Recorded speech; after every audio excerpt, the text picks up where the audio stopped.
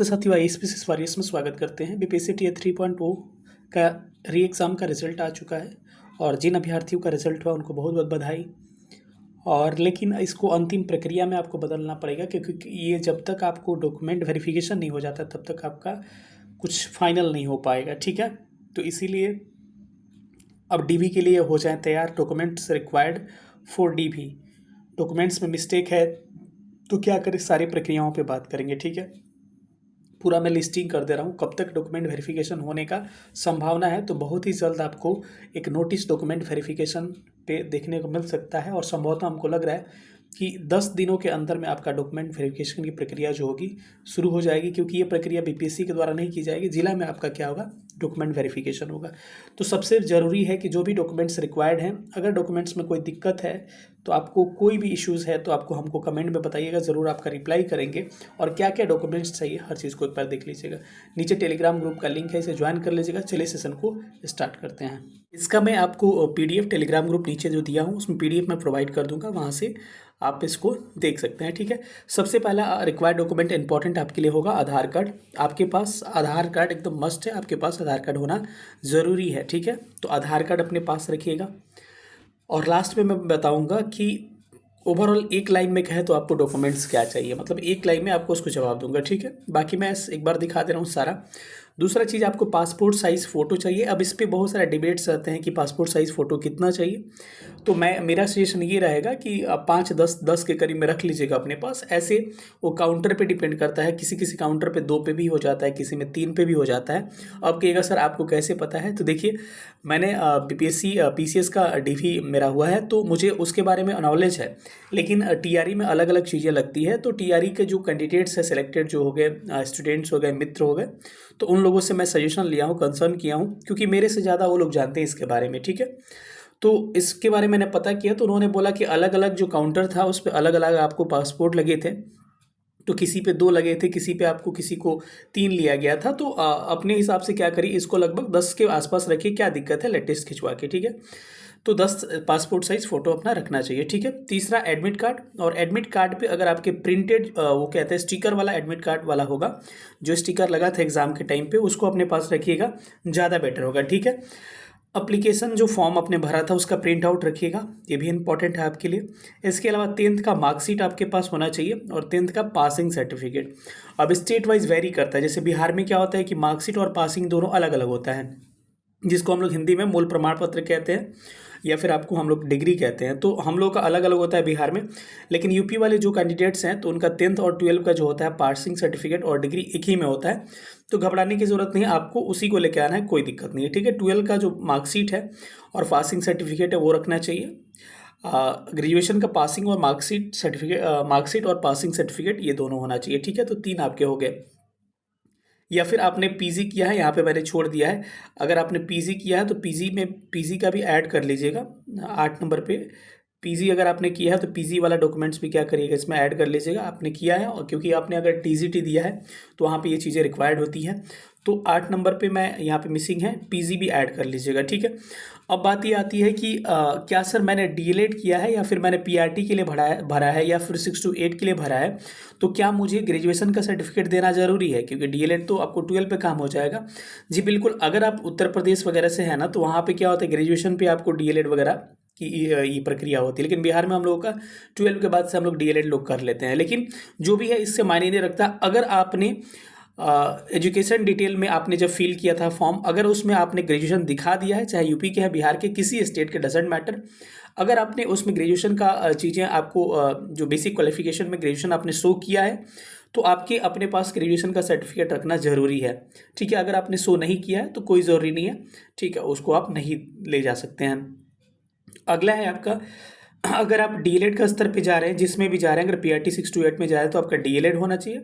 और अगर आप आगे जा रहे हैं आपके तो बीएड या एमएड जैसे उस प्रक्रिया से अपना देख लीजिएगा, उसका मार्कशीट और सर्टिफिकेट दोनों होना चाहिए। इसमें ज़्यादा आप लोग हमसे ज़्यादा जानते हैं। तो डीएलएड हो गया, बीएड हो गया, एमएड जो आपकी है, जो रिक्वायर्ड है आपके लिए, आपके जो एग्ज़ाम दिए हैं PRT 6 to 8 TGT PGT, तो उस रिक्वायरमेंट के हिसाब से अपना इसमें से आप ले लीजिएगा। आगे हम देखते हैं इसमें सीटेट और स्टेट का, इसमें बड़ा कन्फ्यूज़न रहता है बच्चों को। देखिए, पहली बात तो ये है कि अगर सीटेट में अगर अदर स्टेट के हैं अगर आपके 90 नंबर से कम है, चाहे लड़का है चाहे लड़की है, तो प्लीज़ आप DV में पार्टिसिपेट मत करिएगा, क्योंकि किसी और के लिए बर्बाद झूठ मूठ का करिएगा सीट, बाद में फिर आप बाहर होइएगा। और याद रखिए, बाहर होने के बाद से क्या हुआ था कि उनको बाहर तो किया गया था और पीछे का जितना पैसा उनको दिया गया था पैसा भी वसूली किया गया, उन पे कार्रवाई भी की गई, तो ये परेशानी बहुत ज़्यादा होती है। या फिर स्टेट में आपका जो भी पासिंग होता है जनरल का, देख लीजिएगा, मुझे जहाँ तक ये पता है 75 होता है क्या, चेक कर लीजिएगा। जो भी स्टेट का जनरल ईवार का पासिंग होता है मार्क्स, उस पर आपको उतना होना चाहिए कम से कम, ठीक है। उसका मार्कशीट होना चाहिए और उसका पासिंग सर्टिफिकेट होना चाहिए। अब कहाँ से इसको हम रखें, सबसे बड़ी बात है, देखिए आपका इसका ओरिजिनल होना ज़रूरी है। ओरिजिनल का है तो आपके सीटेट का ऐसे मिलता नहीं है, तो आपकी ये डिजी लॉकर में सीटेट का जो होगा वहीं आपका ओरिजिनल कहलाएगा, वहीं मान्य होता है, वैलिड होता है। तो डिजी लॉकर से उसको निकलवा लीजिएगा, आपका वहाँ से हो जाएगा। और इसका जो है क्या कहते हैं, स्टेट का जो है, स्टेट में क्या है कि ये मिलता है, स्टेट मिलता है बिहार में BACB जो है, जो बिहार के एग्जाम्स करवाते हैं 10th 12th का, वहीं बिहार स्कूल एग्जामिनेशन बोर्ड जो है BACB जिसको कहते हैं, यहाँ पर मिलता है, पटना में है, ठीक है। तो अब ये स्टेट वाला होता है क्या है, दो प्रक्रिया। स्टेट वाला या तो आप यहाँ पर आयोग में पटना आके निकलवा लीजिए, ठीक है, या फिर ये DO को चला जाता है, DO का कह सकते हैं, डिस्ट्रिक्ट एजुकेशन ऑफिसर जो होता है उनको जाता है, उसके थ्रू आप जाके ले सकते हैं। लेकिन सबसे बेटर ऑप्शन मैं कह रहा हूँ कि आप आके पटना में स्टेट का जो मार्कशीट या फिर सर्टिफिकेट जो भी है यहाँ से ले लीजिए, बेटर होगा। तो ये जो आयोग से लिया जाएगा, ध्यान रखिएगा, मतलब कि BACB से। लेकिन सीटेट का कोई ऑप्शन नहीं होता, डिजी लॉकर से आप इसको डाउनलोड कर सकते हैं, ठीक है।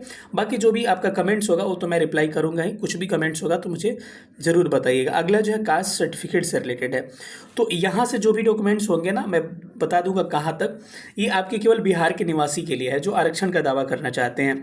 तो कास्ट सर्टिफिकेट जो है ये आपके BC EBC SC ST EWS जो भी है, इसके अलावा जो भी एज रिस्पेक्टिव होंगे, तो इनको क्या चाहिए, देखिए BC EBC को तो NCL चाहिए होता है, कोई कास्ट सर्टिफिकेट और नहीं होता है। तो इनका जाति वही होता है कि उनको दिखाना पड़ता है कि हमारा इनकम 8 लाख से कम है, तो उनको NCL non creamy labour certificate बनवाना पड़ता है, ठीक है। अब कितना दिन का क्या होना चाहिए मैं बाद में इसके बारे में डिस्कस कर लूँगा। और EWS होना चाहिए किसके लिए, आपके जो भी EWS कैटेगरी में आते हैं उनके लिए। और ये जो है SC SC के लिए जो भी कास्ट सर्टिफिकेट होता है वो उनके लिए वो चाहिए, ठीक है। तो ये 10 डॉक्यूमेंट्स आपने देख लिया। आगे हम लोग थोड़ा सा बढ़ते हैं। अब थोड़ा सा आगे बढ़ते हैं तो आपको एक यहाँ पर सर्टिफिकेट दिख रहा होगा जिस लिखा हुआ दिव्यांगता सर्टिफिकेट, तो ये भी बिहार के निवासी के लिए, यानी कि कास्ट सर्टिफिकेट आपका हो गया, EWS हो गया, ST SC हो गया, NCL हो गया, और दिव्यांगता सर्टिफिकेट ये किसके लिए है, केवल बिहार के निवासियों के लिए, क्योंकि आरक्षण का दावा यही कर सकते हैं। ये आपको थोड़ा सा केयर करना है। अगला क्या होगा, बैंक पासबुक और एक चेकबुक होना चाहिए इसका। अब मैटर करता है किस बैंक का, तो ध्यान रखिएगा किसी भी बैंक का चलेगा, लेकिन हाँ ये बात ध्यान रखना है आपको कि ग्रामीण बैंक ये सब का थोड़ा सा मत रखिएगा। SBI हो गया, PNB हो गया, जो भी आपके स्टैंडर्ड बैंक है उनका पासबुक चेकबुक आप रख सकते हैं, इससे आपका काम हो जाएगा, ठीक है। अब नोट में इंपॉर्टेंट कुछ पॉइंट्स मैं लिखा हूँ, इस पॉइंट्स को हम लोग एक बार देख लेते हैं कि सभी प्रमाण पत्रों पर BPSC का वाटर मार्क होना जरूरी है। तो जब भी आपके DV होंगे उससे पहले BPSC जो होगा, जो भी आपने डॉक्यूमेंट्स लगाए हैं, ठीक है, जो भी डॉक्यूमेंट्स आपने लगाए हैं फॉर्म भरते टाइम पे, उस पर ऑलरेडी वाटरमार्क BPSC कर देगा और बोलेगा कि आप साइट से जाकर यूज़र ID पासवर्ड से लॉगिन करके आप उस डॉक्यूमेंट्स को डाउनलोड कर ले और उसी को अपने पास रखें। तो सभी प्रमाण पत्र आपके जो होंगे BPSC वाटरमार्क वाला जो साइट से डाउनलोड करिएगा वही होगा, अपने पास से कुछ नहीं रखना है, ठीक है। NCL EWS का सर्टिफिकेट वर्तमान समय और पुराना कौन सा, तो देखिए आपने जो फॉर्म भरा होगा उस टाइम का तो NCL या फिर AWS जो भी होगा ही, फाइनेंशियल ईयर उस समय का होगा ही। लेकिन मैं आपको सजेस्ट करूंगा कि आप TRE 4 के लिए फॉर्म भरना होगा आप, या फिर कुछ भी के लिए, तो आप NCL और EWS जो भी सर्टिफिकेट या कास्ट सर्टिफिकेट जो भी बनवाना है, एक बार कास्ट तो और नहीं बनता है, NCL और EWS फाइनेंशियल ईयर का नया बनवा लीजिए, ठीक है। क्योंकि हम लोग को लगता है कि देखिए ये सब चीज़ ऐसा है ना कि इसमें बाहर नहीं किया जाएगा, कुछ भी हो जाएगा, आप पुराना भी लेके चले जाइएगा ना, कुछ नहीं कहता है कोई, कह रहा है कोई बात नहीं जाओ, क्योंकि उनको पता है कि बनना होगा तो पुराना नया बन ही जाएगा। अगर पुराना बनवाया होगा तो केवल आपके पास होना चाहिए, क्या नहीं होना चाहिए ध्यान रखिएगा, फर्जी नहीं होना चाहिए।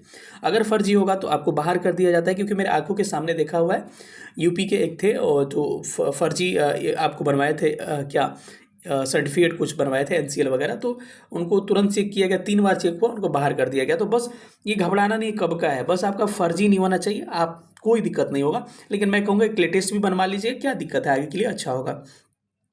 जो मैरिड महिलाएं हैं मतलब मैरिड जो हैं, उनके लिए क्या करना पड़ेगा, उनका जाति निवास एनसीएल जो भी होगा उनके फादर्स के नाम से निर्गत होना चाहिए, ध्यान रखिएगा।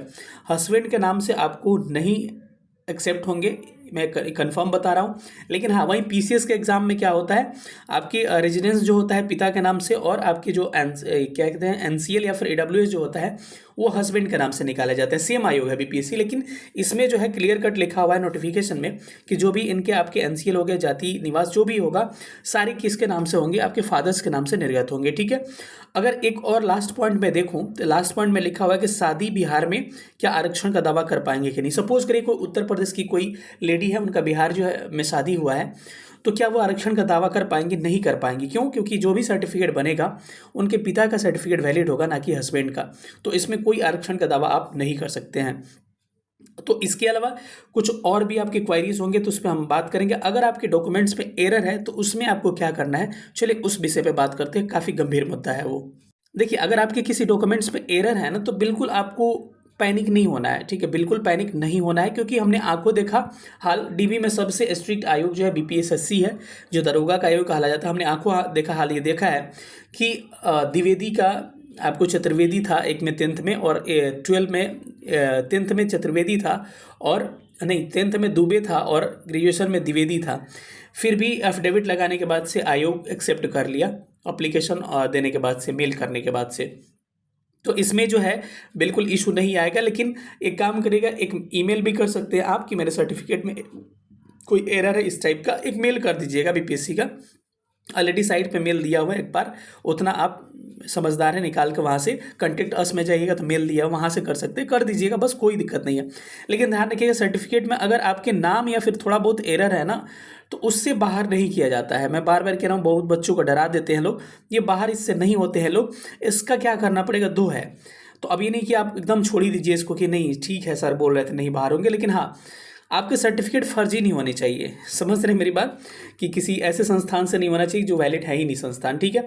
सुधार संभव हो तो उसको सुधार पहले करवा ले, सबसे अच्छा होगा, फ्यूचर के लिए भी, अभी के लिए भी लापरवाही मत करें। या फिर अगर सुधार नहीं हो पाता इतना जल्दी तो एफिडेविट एक बनवा लीजिएगा, कोर्ट से बनता है, आप जाइएगा तो, कि मतलब माने कि अगर नाम में इशू आ गया या फिर पिता का नाम में, तो आप उसमें अपना सब्जेक्ट मेंशन करवा सकते हैं कि ग्रेजुएशन में मेरा ये नाम था, गलती से आपको इंटर में ये हो गया था, जो भी है आप उसमें मेंशन करवा सकते हैं, आपको बिल्कुल दिक्कत नहीं होगा। या फिर कई लोग जो यूपी के या फिर कहीं के हैं ना, उनके दूसरे स्टेट में कुमारी लगा देता है स्टार्टिंग में, और आगे चल के फॉर्म में ये चीज़ नहीं है, तो इससे घबराना नहीं है, उतना पता है आयोग उतना मैनेज करेगा, उतना कोई दिक्कत नहीं होता। तो ज़्यादा सर्टिफिकेट के लिए परेशान नहीं होना है। हाँ, ये डेबिट आपके पास एक जरूरी होना चाहिए, और मैं कह रहा हूँ मेल कर दीजिए, वो बेटर होगा आपके लिए।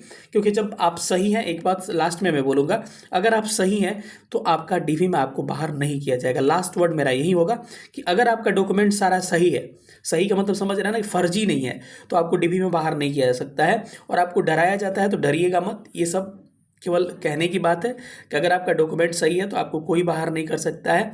लेकिन ओवरऑल लास्ट में एक लाइन बोलूँ मैं आपको, तो बस यही ध्यान रखिएगा कि जो सर्टिफिकेट, लास्ट का इंपॉर्टेंट लाइन, जो सर्टिफिकेट आपने फॉर्म भरते समय डाला है वो सर्टिफिकेट आपके पास होने चाहिए।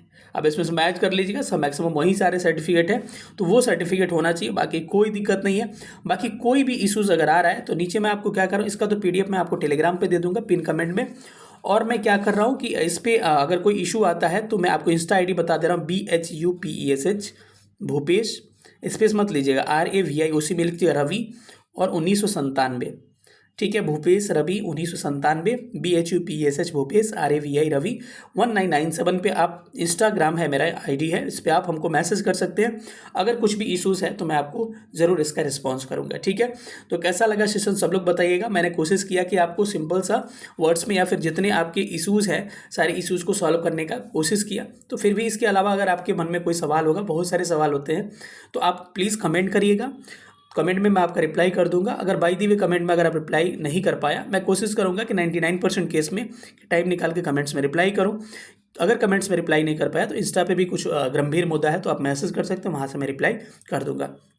आप लोग सेशन को लाइक भी करते चलिएगा, जो भी लोग भी नए हैं चैनल को सब्सक्राइब भी करते चलिएगा, क्योंकि आपके लिए बहुत मेहनत किया जाता है और काफ़ी वेरीफाइड रिसोर्सेज से ये सब चीज़ें एकत्रित की जाती है। और कोई जो होगा वीडियो फर्जी यहाँ पे नहीं होता है, जो ऑथेंटिक वीडियो हम बनाते हैं। ठीक है, चलिए हम लोग सेशन को यहीं पे ख़त्म करते हैं। सेशन देखने के लिए बहुत बहुत धन्यवाद। Thank you so much. जय हिंद, लव यू ऑल।